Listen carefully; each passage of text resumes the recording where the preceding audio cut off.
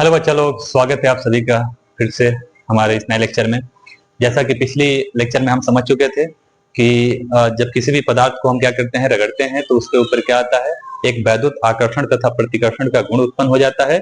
उस गुण को हम क्या बोलते हैं, आवेश बोलते हैं। इसके साथ साथ ये भी हम समझ चुके थे कि आवेश दो टाइप के होते हैं, एक धन वाला, एक ऋण वाला, यानी कि एक माइनस चार्ज, एक कौन सा, प्लस चार्ज। इसके साथ साथ हमको यह समझ में आया था कि जब हम कभी भी समान प्रकृति के आवेश को एक दूसरे को नजदीक रखते हैं तो हम देखते हैं, यानी समान प्रकृति इन द सेंस एक प्लस प्लस या फिर माइनस माइनस, उन दोनों को अगर एक दूसरे के पास रखते हैं तो एक दूसरे को क्या करते हैं, प्रतिकर्षित करते हैं। इसके साथ साथ अगर विपरीत प्रकृति के आवेश को एक दूसरे के नजदीक रखते हैं, यानी कि एक प्लस और एक माइनस को, उस केस में वो दोनों एक दूसरे को क्या करते हैं, आकर्षित करते हैं। ठीक है, इतना हम पिछले लेक्चर में समझ चुके थे। आज का जो हमारा लेक्चर होने वाला है, इसमें हमको ये समझना है कि आखिर किसी भी पदार्थ को जब हम रगड़ते हैं तो उसके ऊपर आवेश क्यों आ जाता है। इसके पहले जो साइंटिस्ट लोग थे उन्होंने इस चीज को नहीं समझा पाया। इसका कारण यह है कि उस समय इनको ये नहीं पता था कि आखिर कोई भी पदार्थ जो होता है उसके अंदर कौन कौन से पार्टिकल होते हैं, किन चीजों से मिलकर वो क्या होता है, बना होता है। पर इस समय हमको ये सारी चीजें पता है। ठीक है, तो आज का हमारा लेक्चर यही होने वाला है कि आखिर हम किसी भी पदार्थ को जब रगड़ते हैं तो उसके ऊपर आवेश क्यों आता है। चलिए शुरू करते हैं। जैसा कि मैंने एक क्या किया है, मार्कर है, मार्कर को हमने अगर हम क्या करते हैं, रब करते हैं तो इसके ऊपर चार्ज आता है। क्यों आता है, रीजन समझते हैं। हमने क्या किया है, यहाँ पे एक मार्कर को ड्रॉ किया है।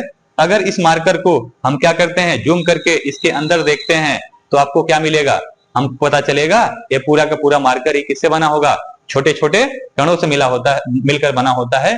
और इन कणों को हम क्या बोलते हैं, परमाणु बोलते हैं। ये ऑलरेडी मैं अपने पहले लेक्चर में समझा चुका हूं। ठीक है ना, जो अगर इसको नहीं पता है वो पहले लेक्चर में जाके देख सकते हैं। ठीक है, फिर अगर हम क्या करें, इस मार्कर के एक परमाणु को बाहर निकाले और बाहर निकाल के अगर हम क्या करते हैं, जूम करते हैं, तो जूम करके आप देखेंगे तो आपको पता चलेगा कि इस मार्कर के सेंटर में क्या होता है, नाभिक, और नाभिक में दो पार्टिकल होते हैं। एक कौन सा, प्रोटॉन, और दूसरा कौन सा होता है, न्यूट्रॉन। Very good. इसके साथ साथ इसके बगल वाला जो खाली स्पेस होता है उसमें एक पार्टिकल होता है जिसका नाम क्या है, इलेक्ट्रॉन। वो क्या करता रहता है, अलग अलग ऑर्बिट में घूमते रहते हैं। Very good. इसके साथ इतना हमको पता है। जब हम क्या किए, इस मार्कर के अंदर घुसे और उस मार्कर के अंदर जाके इसके एटम में देखे तो हमको पता चला कि आखिर चार्ज का गुण क्यों आ रहा है इसके ऊपर। ठीक है, तो हमको पता चला कि इसमें तीन पार्टिकल थे। एक का नाम था इलेक्ट्रॉन, एक का नाम क्या था, प्रोटॉन, और एक का नाम क्या था, न्यूट्रॉन। जब हम इन तीनों पार्टिकल को ध्यान से देखे तो हमको पता चला कि इलेक्ट्रॉन और जो प्रोटॉन था एक ऐसे पार्टिकल थे जिनके ऊपर परमानेंट क्या था, आवेश का गुण होता है। परमानेंट इन द सेंस जन्मजात होता है। जन्मजात होने का मतलब ये हुआ कि जैसे इस मार्कर को हम क्या करते हैं, नॉर्मली अगर ऐसे रखे हुए हैं तो इसके ऊपर कोई चार्ज का गुण नहीं है, कोई चार्ज नहीं है। लेकिन जब अब इसको रगड़ते हैं तब इसके ऊपर क्या आता है, आवेश आता है, यानी कि आकर्षित प्रतिकर्षित करना शुरू करता है, यानी कि इसके ऊपर आवेश आ गया। पर इलेक्ट्रॉन और प्रोटॉन ऐसे पार्टिकल होते हैं जिनको रगड़ने की जरूरत नहीं पड़ती है। इनके पास परमानेंट क्या होता है, अपना खुद का एक चार्ज का गुण होता है। ठीक है, जब हम इसको ध्यान से देखें तो हमको पता चला कि जो इलेक्ट्रॉन था, इलेक्ट्रॉन के पास जो चार्ज का गुण था वो कौन सा था, नेगेटिव चार्ज था। नेगेटिव यानी कि ऋणात्मक चार्ज था, ऋणात्मक आवेश। एक इलेक्ट्रॉन, यानी कि इलेक्ट्रॉन के पास हम क्या किए, जब आवेश के गुण को देखे तो हमको पता चला उसके ऊपर कौन सा गुण था, ऋणात्मक वाला आवेश था। और फिर प्रोटॉन को जब देखे तो प्रोटॉन के ऊपर हमको पता चला इसके ऊपर कौन सा गुण था आवेश का, तो ये नेचर में इसके अपोजिट था, यानी कि धनात्मक वाला गुण था आवेश। यानी कि एक इलेक्ट्रॉन या कोई भी इलेक्ट्रॉन है, इलेक्ट्रॉन पे कौन सा आवेश होता है, तो भैया सीधे सीधे बोले तो उस पे नेगेटिव चार्ज होता है। और साथ साथ में प्रोटॉन पे कौन सा चार्ज होता है, तो पॉजिटिव चार्ज होता है। इसी में एक और पार्टिकल होता है जिसका नाम है न्यूट्रॉन। न्यूट्रॉन नाम से ही दिख रहा है आपको, न्यूट्रॉन। इसका मतलब न्यूट्रल। न्यूट्रल मतलब उदासीन होता है, यानी कि न्यूट्रॉन पे कोई आवेश का गुण नहीं होता है। ये क्लियर हुआ? ठीक है, फिर हमने क्या किया, ये इलेक्ट्रॉन और जो प्रोटॉन थे जिन पे अपोजिट चार्ज था उनको ध्यान से देखा तो हमको पता चला इनके ऊपर चार्ज तो था। उस चार्ज को हमने क्या किया, मेजर किया, मापा। तो मापने के बाद हमको पता चला कि एक इलेक्ट्रॉन जो होता है, उस एक इलेक्ट्रॉन पे जो आवेश होता है वो कितना होता है। तो हमने मेजर किया तो हमको पता चला कि एक इलेक्ट्रॉन पे जो आवेश होता है 1.6 × 10⁻⁻⁴ माइनस 19 कूलम होता है। ये कौन सा रहता है? नेगेटिव चार्ज रहता है। ये क्लियर हुआ? वेरी गुड, आगे देखते हैं। फिर हमने क्या किया, सेम ऐसे ही एक प्रोटॉन पे देखा, ठीक है ना। एक प्रोटॉन जो था उसके ऊपर जो चार्ज था उसको भी हमने क्या किया, मेजर किया। और मेजर करने के बाद से जब हम देखे तो एक प्रोटॉन के ऊपर जो आवेश था वो भी कितना था, धनात्मक आवेश था। और वो कितना था, 1.6 into 10 to the power minus 19 coulomb. यानी कि एक प्रोटॉन और एक इलेक्ट्रॉन पे जो आवेश होता है वो हमेशा क्या रहते हैं, एक दूसरे के इक्वल रहते हैं। इतना क्लियर हुआ? बहुत अच्छे। फिर हम देखें, वापस इतना कुछ समझने के बाद से हम आ जाते हैं सीधा सीधा किस पे, अपने परमाणु पे। हमको अब यह समझना है कि आखिर कोई भी परमाणु आवेशित क्यों होता है, ठीक है। जब वो समझ लेंगे तो हमको ये समझ में आ जाएगा कि आखिर कोई भी एक पदार्थ जो है, मार्कर है या कोई भी चीज जिसको रगड़ रहे हैं तो आवेशित क्यों हो रहा है, ठीक है। हमारा अगला क्वेश्चन ये है कि कोई भी परमाणु आवेशित क्यों होता है। आइए समझते हैं। हम क्या किए, जैसे कोई भी तत्व है, कोई भी तत्व का एक परमाणु ले लेते हैं। जैसे ऑक्सीजन है, ऑक्सीजन का एक परमाणु लिए। ऑक्सीजन के एक परमाणु में हम देखेंगे बीच में क्या होगा, नाभिक होगा। अच्छा, ऑक्सीजन के परमाणु में कितने प्रोटॉन होंगे, तो भैया प्रोटॉन होंगे कितने। अच्छा, ऑक्सीजन का परमाणु क्रमांक कितना होता है, तो परमाणु क्रमांक हमको पता है, ऑक्सीजन का कितना होता है, 8। और किसी भी तत्व के परमाणु में जो इलेक्ट्रॉनों की संख्या होती है प्रोटॉनों की संख्या बराबर होती है। और साथ साथ में ये दोनों बराबर होती हैं किसके, उसके परमाणु क्रमांक के। यानी किसी तत्व का अगर परमाणु क्रमांक 12 है, इसका मतलब ये हुआ कि उसमें प्रोटॉनों की संख्या कितनी रहेगी, 12। और साथ साथ में उसमें इलेक्ट्रॉन भी कितने रहेंगे, 12। हम बात कर रहे थे किसकी, ऑक्सीजन की। तो ऑक्सीजन में देखेंगे तो ऑक्सीजन का परमाणु क्रमांक कितना होता है, 8 होता है। यानी कि उसके परमाणु में 8 प्रोटॉन होंगे और साथ साथ में 8 क्या होंगे, इसमें इलेक्ट्रॉन होंगे। ये क्लियर हुआ? हमको न्यूट्रॉन से मतलब नहीं है, क्योंकि न्यूट्रॉन पे कोई चार्ज होता ही नहीं। केवल चार्ज किस पे होता है, इलेक्ट्रॉन और प्रोटॉन पे। तो हम इसी को लेके क्या कर रहे हैं, स्टडी कर रहे हैं, डिस्कस कर रहे हैं। अच्छा, अभी फिलहाल के लिए देखिए, ऑक्सीजन है, ऑक्सीजन में 8 इलेक्ट्रॉन है और कितने हैं, 8 प्रोटॉन है। Very good. अगर हम ध्यान से देखें तो एक इलेक्ट्रॉन का चार्ज कितना था, 1.6 into 10 to the power minus 19 coulomb, ठीक है। तो 8 इलेक्ट्रॉन का आवेश कितना होगा, तो सीधी सी बात है, हम क्या करने वाले हैं, इसमें 8 से क्या कर देंगे, मल्टीप्लाई कर देंगे। जितना भी चार्ज आएगा वो 8 इलेक्ट्रॉन का क्या होगा, चार्ज होगा, जो कि कौन सा चार्ज होगा, नेगेटिव चार्ज होगा। क्लियर हुआ? सेम ऐसे ही अगर 8 प्रोटॉन का आवेश की बात करें तो 8 प्रोटॉन का आवेश कितना होगा, 8 प्रोटॉन का, एक प्रोटॉन का कितना है, 1.6 into 10 to the power minus 19 coulomb. इसका मतलब 8 प्रोटॉन का आवेश कितना होगा, 8 से उसमें मल्टीप्लाई कर देंगे। अगर एक इलेक्ट्रॉन का और एक प्रोटॉन का आवेश बराबर है, इसका मतलब ये हुआ कि 8 इलेक्ट्रॉन का और 8 प्रोटॉन का जो आवेश होंगे वो भी आपस में क्या होंगे, बराबर ही होंगे। क्लियर हुआ? पर दोनों में डिफरेंट क्या है, डिफरेंट ये है कि 8 इलेक्ट्रॉन का जो चार्ज होगा वो नेगेटिव रहेगा और 8 प्रोटॉन का जो चार्ज रहेगा वो क्या रहेगा, पॉजिटिव रहेगा। वेरी गुड, इतना हम क्लियर कर चुके हैं। अच्छा, याद करिए पिछले लेक्चर में हम बताए थे, अगर 10 कूलम माइनस चार्ज और 10 कूलम प्लस चार्ज एक दूसरे के नजदीक लेके आए और लेके आने के बाद से एक दूसरे से अटैच करा देते हैं तो उस पूरे सिस्टम का नेट चार्ज कितना हो जाता है, नेट चार्ज कितना होता है, हाँ वेरी गुड, कितना होता है, 0 हो जाता है। क्योंकि माइनस वाला प्लस वाले को क्या कर देता है, कैंसिल कर देता है, जिस वजह से नेट चार्ज कितना हो जाता है पूरे सिस्टम का, 0। अगर इस पूरे परमाणु की बात करें तो जितना इसमें माइनस चार्ज था उतना ही क्या था, प्लस चार्ज था। तो इस पूरे परमाणु का नेट चार्ज कितना है, अगर नेट चार्ज की बात करें तो कितना होगा, वो 0 होगा। क्लियर है? यानी कि ये परमाणु क्या होगा, विद्युत रूप से उदासीन होगा। फिलहाल के लिए कोई उस पर चार्ज नहीं होगा। बिल्कुल ऐसा भी होता भी है, अगर ये मार्कर है तो मार्कर अभी स्टार्टिंग में इस पे कोई चार्ज नहीं है। कोई चार्ज नहीं होने का मतलब ये हुआ कि इसके अंदर जितने भी परमाणु हैं उन सभी परमाणु के अंदर प्रोटॉन और इलेक्ट्रॉन की संख्या क्या है, बराबर है, जिस वजह से हर एक परमाणु का नेट चार्ज कितना हो गया है, 0। और इस वजह से इस पूरे पदार्थ पे जो आवेश है वो कितना है, 0। पर ये पदार्थ या ये परमाणु आवेशित कब होते हैं, आइए इस पर चर्चा करते हैं। देखिए, अगर हम क्या करें, इस परमाणु से 2 इलेक्ट्रॉन को हम क्या निकाल दें, बाहर निकाल दें। कितने इलेक्ट्रॉन बाहर निकाल दें, 2 इलेक्ट्रॉन को क्या किए, बाहर निकाल दिए। वेरी गुड, 2 इलेक्ट्रॉन निकाल दे तो कितने इलेक्ट्रॉन बचे यहाँ पे, 6 इलेक्ट्रॉन बचे। बहुत अच्छे, 6 इलेक्ट्रॉन। अब ध्यान से थोड़ा देखिएगा, अब गेम कुछ चेंज हो रहा है। चेंज क्या हुआ भैया, 6 इलेक्ट्रॉन है, इसमें कितने हैं, 8 प्रोटॉन है। अब 6 इलेक्ट्रॉन का जो चार्ज होगा वो 6 प्रोटॉन के चार्ज को क्या कर देगा, कैंसिल कर देगा, क्योंकि माइनस से प्लस से कैंसिल कर देंगे। बचा क्या, बचा क्या, तो भैया बचा क्या है, इसमें 2 प्रोटॉन, जो कि कौन से, एक्स्ट्रा हैं, यही ना। अब ये दो प्रोटॉन कैंसिल हो रहे हैं क्या? नहीं कैंसिल हो रहे हैं ना। नहीं कैंसिल होने का मतलब ये हुआ कि इस परमाणु पे अब कितने चार्ज आएंगे? 2 प्लस चार्ज आएगा, यानी कि 2 प्लस चार्ज आने का मतलब ये हुआ कि 2 प्रोटॉन के बराबर इस पे क्या आएगा? प्लस चार्ज आ जाएगा। यानी कि किसी भी परमाणु पे प्लस चार्ज कब आएगा? तो भैया तभी आएगा जब उससे हम क्या करेंगे? इलेक्ट्रॉन को बाहर निकालेंगे। वेरी गुड, क्लियर है? इतना समझ में आया? किसी परमाणु पे धनात्मक आवेश कब आता है? जब उस परमाणु से क्या करते हैं? इलेक्ट्रॉन को हम कहां निकालते हैं? बाहर निकालते हैं। वेरी क्लियर, बहुत अच्छी बात है। अच्छा, अगर ध्यान दीजिएगा थोड़ा 1 मिनट और फिर से देखते हैं। अगर स्टार्टिंग में कितने थे? 8 इलेक्ट्रॉन थे और कितने थे? 8 प्रोटॉन थे। अगर हम ऐसा करें कि इस परमाणु में बाहर से 2 इलेक्ट्रॉन एक्स्ट्रा डाल दें, 2 इलेक्ट्रॉन का एक्स्ट्रा इसके अंदर डाल दिए, 8 इलेक्ट्रॉन था, अब कितना हो गया? 8 2 10 इलेक्ट्रॉन हो गया, 10 इलेक्ट्रॉन हुआ। 10 इलेक्ट्रॉन होने से क्या हुआ? अब थोड़ा ध्यान समझिएगा। 8 इलेक्ट्रॉन का जो चार्ज होगा वो 8 प्रोटॉन के चार्ज को क्या कर देगा? कैंसिल कर देगा। बचा क्या? बचेगा क्या चीज? इस परमाणु के अंदर 2 इलेक्ट्रॉन एक्स्ट्रा बच गए जो कि कैंसिल नहीं हो रहे थे। अब जो 2 इलेक्ट्रॉन बचे हुए हैं उनका चार्ज कैसा है? माइनस, यानी कि नेचर में कैसे है? नेगेटिव है। इट्स मीन इस परमाणु के ऊपर अब कौन सा आवेश आएगा?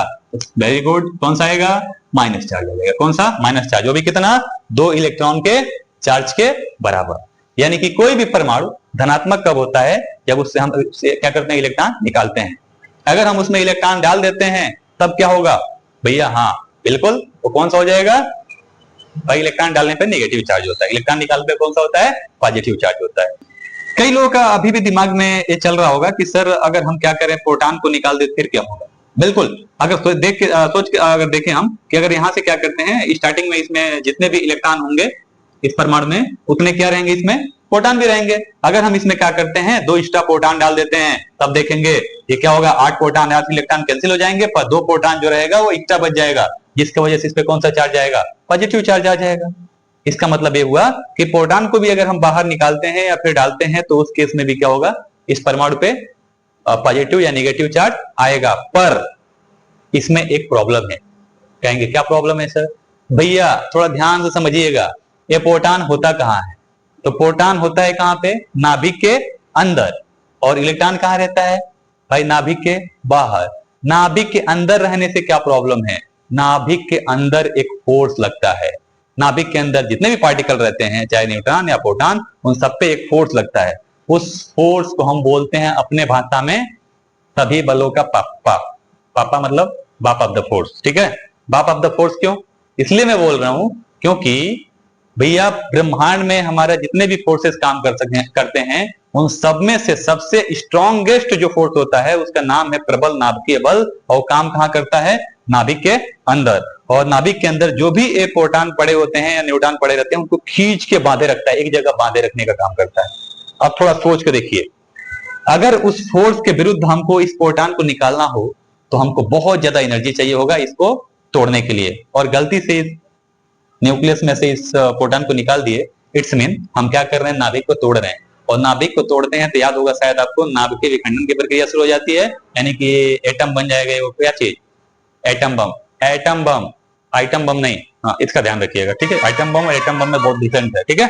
तो हम बात कर रहे हैं कि जब नाभिक को तोड़ते हैं तो पड़े होंगे शायद एटम बम का काम करता है वो, ठीक है? फिलहाल के लिए देखिएगा, जो न्यूक्लियस के अंदर प्रोटॉन होते हैं, प्रोटॉन को निकालना पॉसिबल नहीं है। पॉसिबल क्यों नहीं है? क्योंकि इसके अंदर काम करता है एक कौन सा बहुत ही स्ट्रॉन्गेस्ट फोर्स, वो इसको बांध के रखता है, निकालना पॉसिबल ही नहीं है। लेकिन ये जो बाहर इलेक्ट्रॉन घूमते रहते हैं उनको हम आसानी से क्या कर सकते हैं? निकाल सकते हैं। इसलिए मैं बोल रहा हूं कि जब हम इलेक्ट्रॉन को अगर इस पे परमाणु पे अगर धन आवेश लेके आना है तो क्या करेंगे भैया? सीधा सीधा इसमें से इलेक्ट्रॉन क्या करेंगे? निकाल देंगे। किंतु अगर इस परमाणु पे माइनस चार्ज लेके आने तो क्या करेंगे? इसके अंदर इलेक्ट्रॉन डाल देंगे। क्लियर हुआ? Very good. ये समझ में आया? मतलब हमको ये समझ में आ गया कि किसी भी परमाणु पे आवेश कब आता है, ठीक है ना? इलेक्ट्रॉन के निकलने से या फिर उसके अंदर आ जाने से, ठीक है? अब हम समझते हैं अपने एक्चुअल वाले टॉपिक पे आते हैं। हमारा एक्चुअल टॉपिक क्या था? हमारा एक्चुअल टॉपिक ये था कि आखिर ये जो मार्कर था या जो कलम था या जो कोई भी पदार्थ था उसको हम जब रगड़ते हैं, ठीक है ना, तो आखिर उसके ऊपर आवेश क्यों आ जाता है? क्या रीजन होता है इसका, ठीक है? तो नॉर्मली ये अगर मार्कर पड़ा हुआ है तो न्यूट्रल होता है। न्यूट्रल इसलिए होता है क्योंकि इसके जितने भी एटम होते हैं, परमाणु होते हैं, उन सब में प्रोटॉन और इलेक्ट्रॉनों की संख्या क्या होती है? बराबर। जिस वजह से पूरा का पूरा परमाणु ही क्या है? उदासीन। अतः ये मार्कर भी क्या हो जाएगा? उदासीन।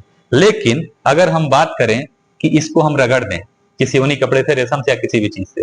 तो जब हम रगड़ते हैं इस मार्कर को या इस कलम को, तो होता क्या है कि इस परमाणु से जितने भी इलेक्ट्रॉन होते हैं इस परमाणु में, लगभग सभी में से एक एक इलेक्ट्रॉन या दो दो इलेक्ट्रॉन क्या हो जाते हैं, निकल के कहां चले जाएंगे, निकल जाते हैं, समय से निकल जाएंगे। बताइए निकल के कहां चले गए? तो भैया जिससे तुम रगड़ रहे थे उसमें चले जाएंगे, यानी कि अगर हम रगड़ रहे हैं रेशम से तो रेशम में चले जाएंगे। अब बताइए इन सभी परमाणु में से अगर इलेक्ट्रॉन निकल गए तो इन सब पे कौन सा चार्ज आया? भैया प्लस चार्ज। बहुत अच्छे, वेरी गुड, प्लस चार्ज। यानी कि हर एक एटम, हर एक परमाणु क्या हो गया इस मार्कर का? धनावेशित। अगर इस मार्कर का हर एक एटम, हर एक परमाणु धनावेशित हो गया है तो इसका मतलब ये तो किससे बना हुआ है? उन्हीं एटम से। इसका मतलब इसके ऊपर भी क्या आ जाता है? चार्ज आ गया। तो हमारा क्वेश्चन का आंसर मिल गया कि जब हम इस मार्कर को हम क्या करते हैं, किसी भी चीज से रगड़ते हैं तो होता यह है कि इसमें से इलेक्ट्रॉन हर एक एटम में से क्या होते हैं, निकल जाते हैं, और निकल के कहां चले जाते हैं? उस दूसरे पदार्थ में जिससे हम क्या कर रहे होते हैं, रगड़ रहे होते हैं या रब कर रहे होते हैं। ठीक है, इस वजह से इस पे कौन सा चार्ज आ जाता है? पूरा का पूरा पॉजिटिव चार्ज आता है। क्लियर है? इतना क्लियर हो गया?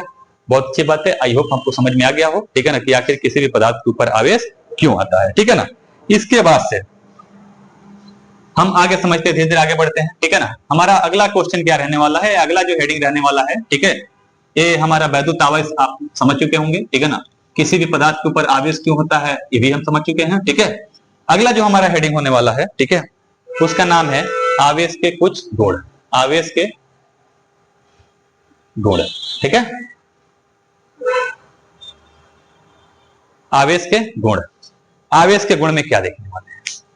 जो चार्ज होता है उसका कुछ स्पेशल गुण होता है, कुछ प्रॉपर्टी होती है, उसके बारे में क्या करने वाले हैं हम लोग, एक एक करके लाइन बाय लाइन क्या करेंगे, स्टडी करेंगे। चलिए शुरू करते हैं, एक एक करके मैं बताता जाता हूं आपसे कौन कौन सा इसका प्रॉपर्टी होता है। पहला प्रॉपर्टी जो होता है, ठीक है ना, पहला प्रॉपर्टी क्या होता है कि हम पहले ही बता चुके हैं कि कभी भी अगर समान प्रकृति के आवेश हैं तो एक दूसरे को क्या करेंगे, एक दूसरे को हमेशा क्या करते हैं, प्रतिकर्षित करते हैं। समान प्रकृति मतलब एक अगर प्लस है, एक कौन सा, एक प्लस है, दूसरा वाला भी कौन सा है, प्लस है, या एक माइनस है, एक कौन सा है, दूसरा वाला भी माइनस, एक दूसरे को क्या करेंगे, एक दूसरे को प्रतिकर्षित करते हैं, ढकेलते हैं।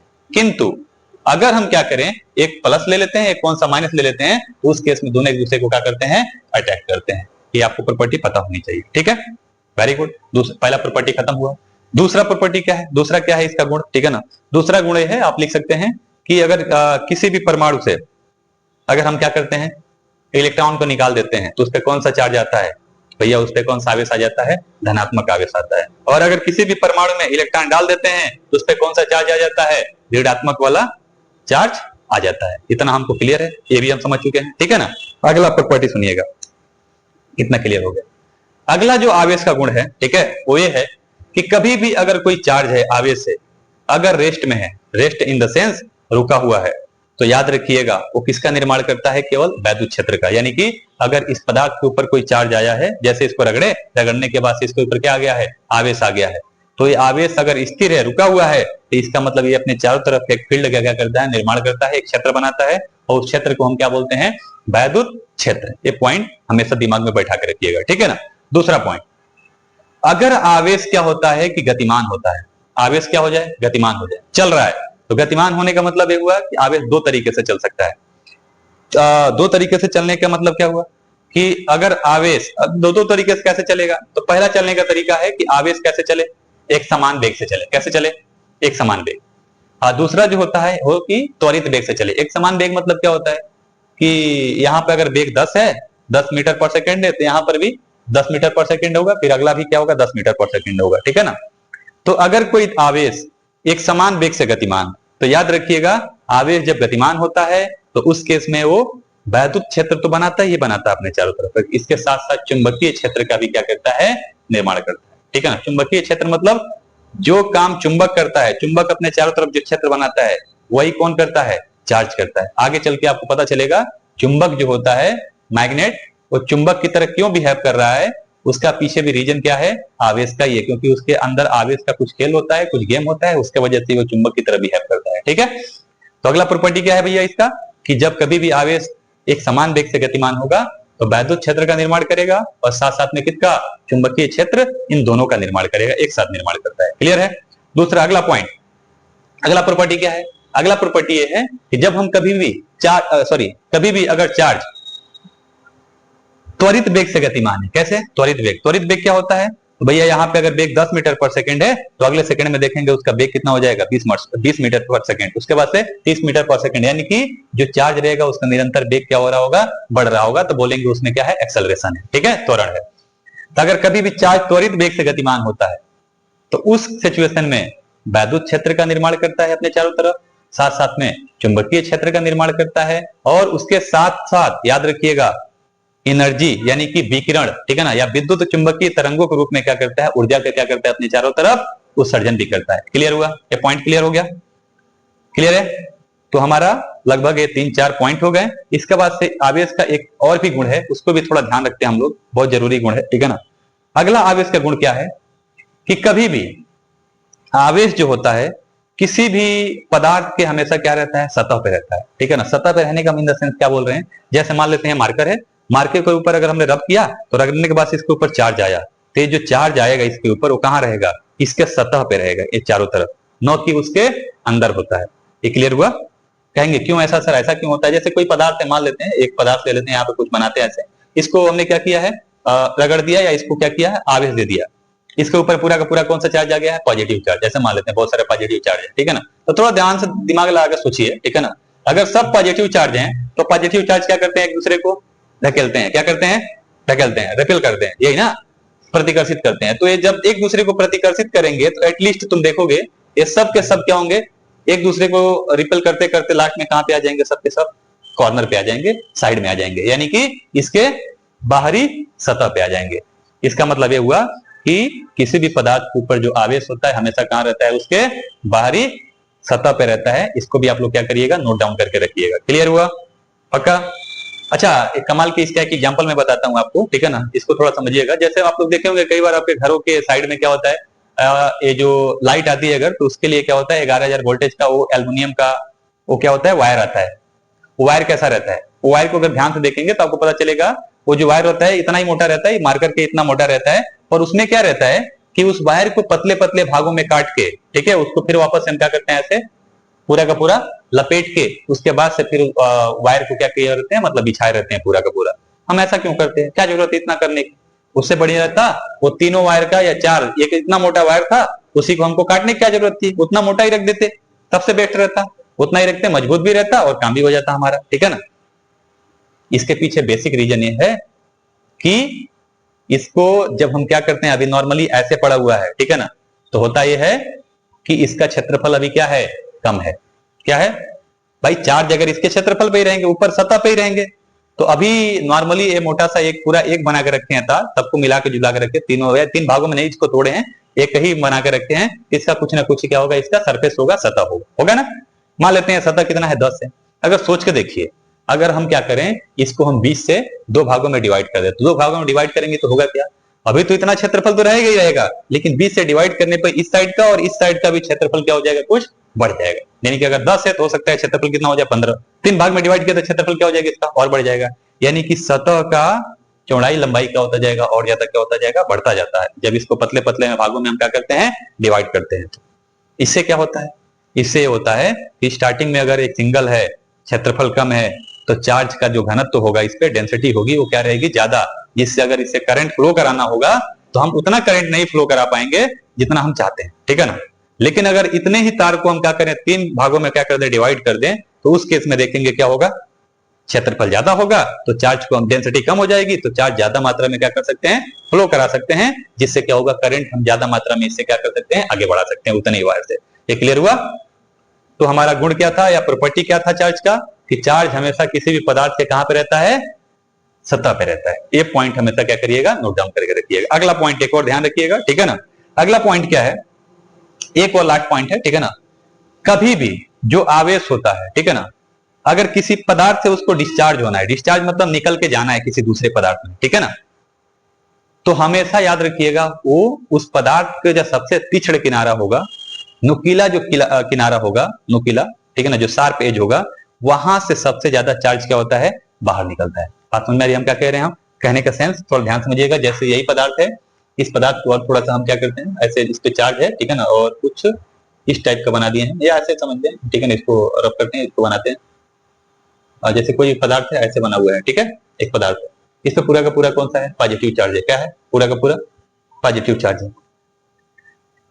अगर इस पदार्थ को ध्यान से देखेंगे तो आपको पता चलेगा, ठीक है, कि चार्ज तो हर जगह है। अगर हम क्या करना चाहते हैं, इस चार्ज को निकाल के किसी दूसरे में डालना चाहते हैं, या कोई न्यूट्रल पदार्थ है जो उदासीन है उसमें जाना है इस चार्ज को, तो किस वाले भाग से, किस वाले जगह से सबसे ज्यादा चार्ज निकलेगा इसमें से, तो याद रखिए वो कहां से निकलेगा, इस पदार्थ का जहां पे सबसे नुकीला किनारा होगा। सबसे नुकीला कहां है, यहाँ पे आपको दिख रहा होगा। कहेंगे नुकीले किनारे से ही क्यों सबसे ज्यादा चार्ज निकलता है, इसका रीजन है। रीजन क्या है कि जब अगर हम ध्यान से देखेंगे इस नुकीले किनारे पे, तो यहाँ पे जो सतह रहेगा वो क्या रहेगा, एक दूसरे के नजदीक रहता है, और सतह नजदीक रहेगा तो वहां पे चार्ज का जो घनत्व रहेगा वो क्या रहेगा, बाकी जगह से सबसे ज्यादा रहता है, और सबसे ज्यादा है इसका मतलब वहां से क्या होगा, आवेश या चार्ज सबसे ज्यादा बाहर निकलेंगे। ये क्लियर हुआ।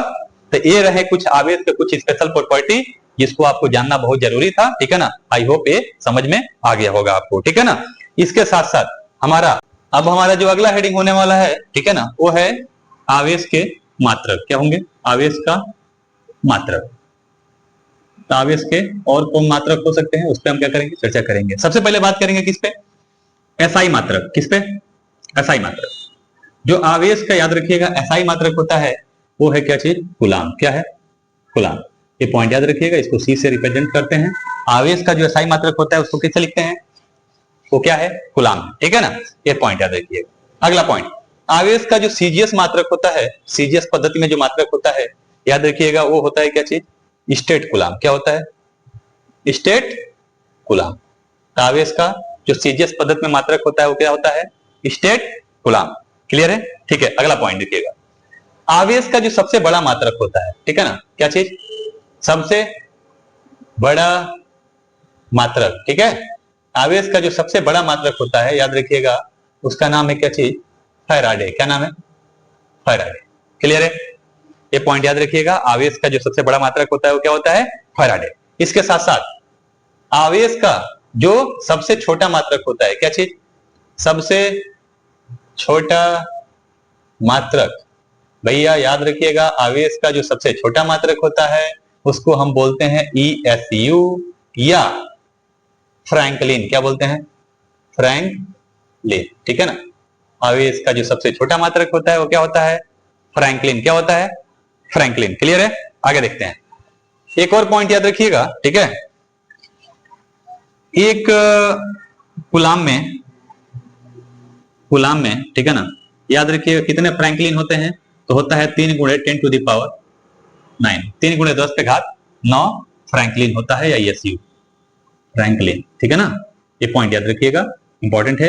एक कूलाम में 3 × 10⁹ फ्रैंकलिन होते हैं। क्लियर है, आगे देखते हैं। अगर पूछे एक फैराडे में कितना, फैराडे जो कि सबसे बड़ा मात्रक होता है, एक फैराडे में अगर आपसे पूछें कितना कूलाम होता है, ठीक है ना, तो याद रखिएगा एक फैराडे में होता है, ठीक है ना, ये होता है 96,486, यानी कि 96,486, ठीक है ना।